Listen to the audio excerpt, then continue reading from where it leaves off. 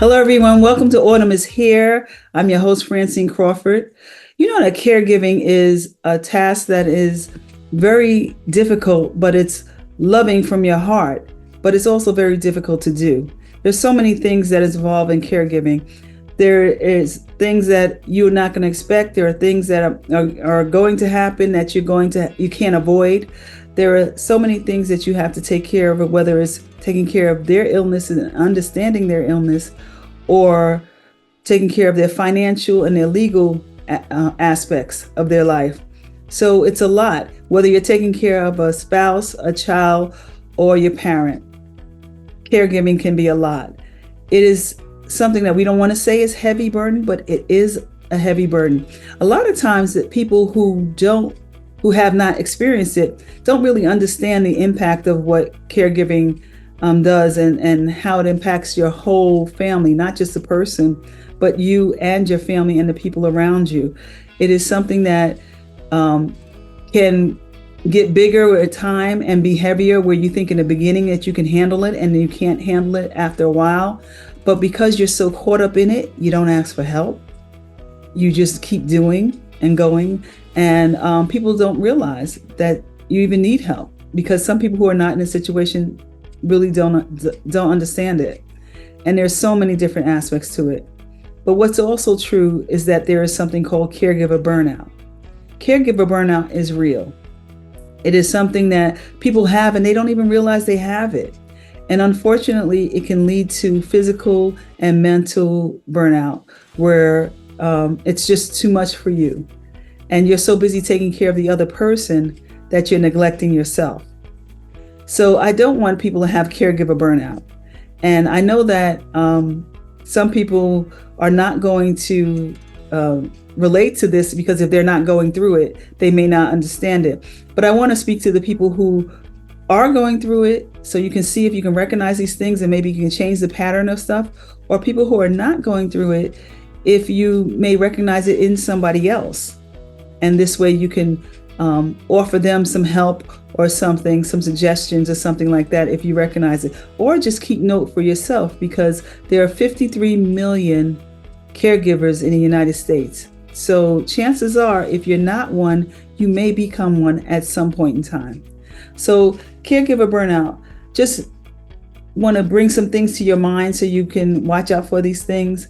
Not all of these things are just because you're a caregiver, but if you have a group of these things that are happening to you and you are a caregiver, you need to be aware of this so you can change the course or do different things.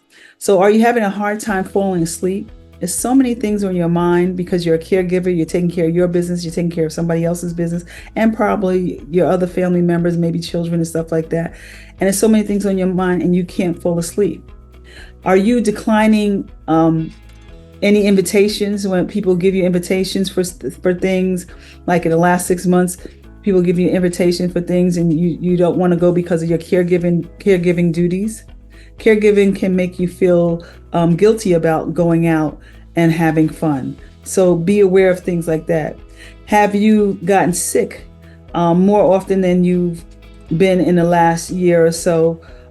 Or even diagnosed with different things that never bothered you before? Have you had your annual checkup? Now that's important. And sometimes when you're a caregiver, the time, you're doing so much in a day that the time is going by so fast because every minute is so full. So you don't even realize the days, the weeks, the months. You don't even know that it's time for your annual checkup. You're so busy making the appointments for your loved ones and making sure that they're taken care of, that you haven't even gone for your annual checkup. You need to make sure you keep that in place and keep going for that, because if you're not well, you cannot take care of someone else. At the end of your day, how do you feel? Do you feel exhausted and run down at the end of your day? Now, it's understandable that you are, if you're working and you're taking care of somebody and you have other duties to do. It's understandable, but keep that in mind. If you're always feeling exhausted and run down at the end of your day, that could be a sign of caregiver burnout. Have you continued your hobbies that you used to do, the things that you love to do, say in the last 6 months or so? Have you been reading your books or exercising or taking your walks or whatever it is that your hobby was before you became a caregiver, are you still doing that? Think about that. Sometimes we just forget, we just forget that we used to do these things. We don't have time. We're too tired. When you're too tired, you don't want to do that. And I know that's something that I went through. I was just too tired. I didn't want to do anything.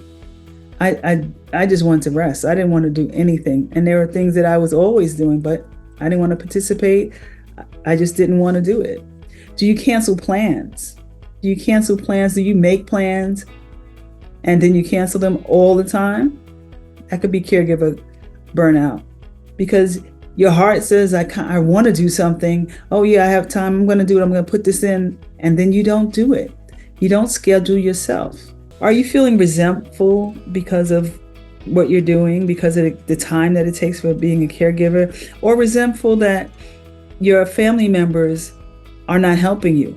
Maybe you have adult siblings or something like that, and they're not helping, or they're not helping as much as you want them to help, or they used to help, or maybe there are friends that used to come over and could help out with your parent, and they don't come over anymore.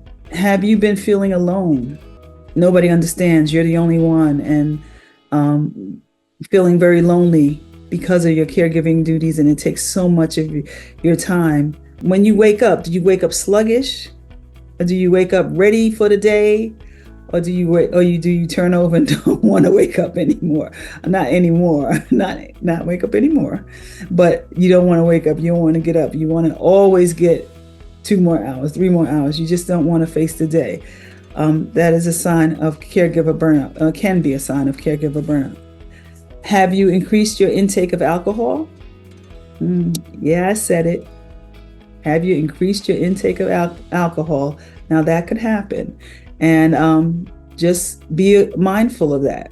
Or have you increased your intake of any beverage that you drink, like coffee? If you are a coffee drinker and you drink a lot of coffee, then if you increase that, that surely could be a sign of burnout, that you need more coffee to continue your task that you have with your loved one, or just to get through the day.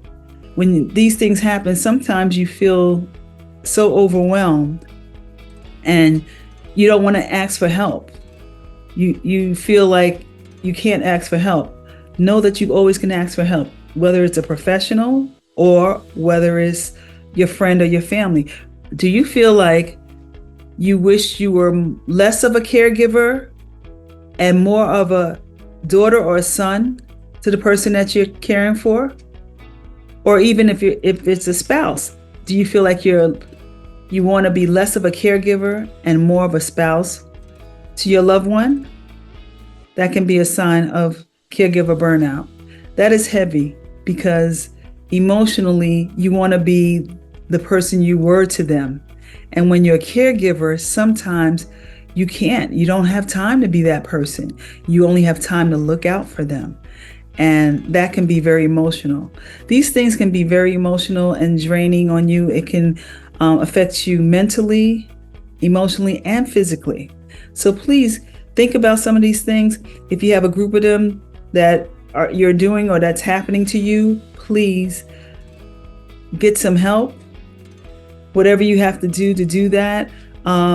Or, you can make it sounds like if you have all of these things, or a lot of these things, not all of these things, but a lot of these things, it's time for you to schedule yourself. It's time for you to schedule time for yourself. And sometimes you have to do just that. You have to schedule it. You have to put it on your calendar.